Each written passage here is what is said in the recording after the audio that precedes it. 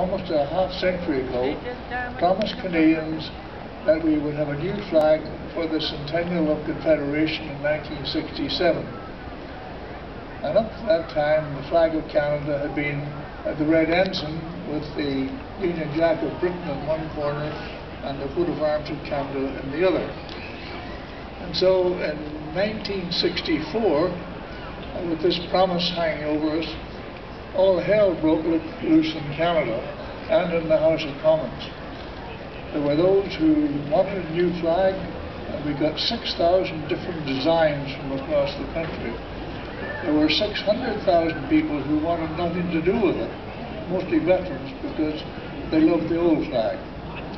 So the final answer, because this angst within Canada as a whole was reflected in the House of Commons, was the Prime Minister designated a flag committee to come up with a solution. And they did very well for a committee. They arrived at the point where they concluded that red and white in the flag would be right. Red and white have been the national colours of Canada since 1922. The problem was if they wanted a maple leaf in the middle, but they didn't know what sort. There were a lot of people who wanted the natural maple leaf, which, as you know, has 21, 23 points and looks like a blob from the distance. And there were others who wanted a stylized maple leaf, including myself.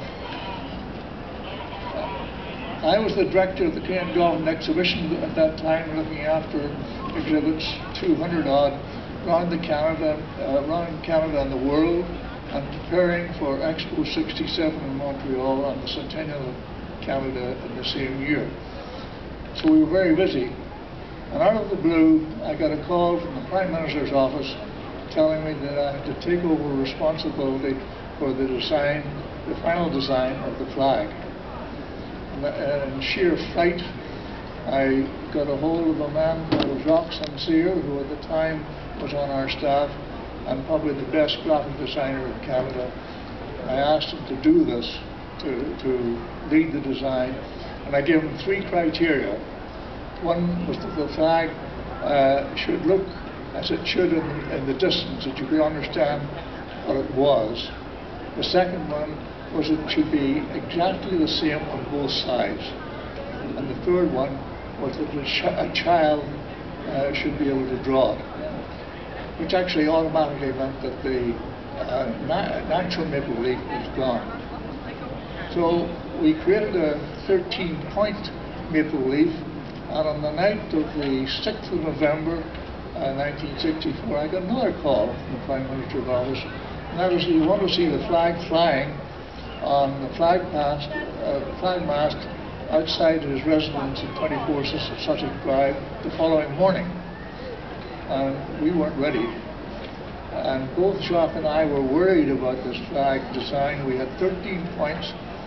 And finally, by 8 o'clock at night, I suggested to him that he knock off 2 of the points at the bottom. There were 4 points at the bottom.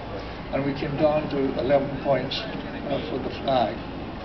And I was amazed afterwards to find that the school books in Canada, the reason we had 11 points was because of Canada and the 10 provinces. And nothing could be further from the truth. We got the 10 points in desperation at the last minute on the night of the 6th of November 1964. Anyway, somehow about 2 o'clock in the morning, we got the flag to the Prime Minister's residence. Out it went, and he said it was fine. And that's how you got the flag. The next year, in 1965, it flew for the first time on the 15th of February, which we were celebrating. And I spent a lot of time in Europe that year, and I couldn't believe it. The knapsacks of all the kids, all the Canadian kids that were around Europe that year, had a maple leaf flag on the back. And how they got it so quickly, I don't know, but there it was.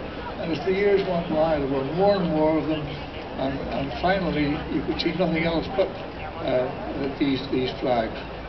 And the same thing happens now across this country. In the last few weeks, there have been millions of Canadian flags and millions of maple leaves shown everywhere, which shows that the young people of Canada took the thing over into their hearts in the first place, and it's still the same way. Thank you.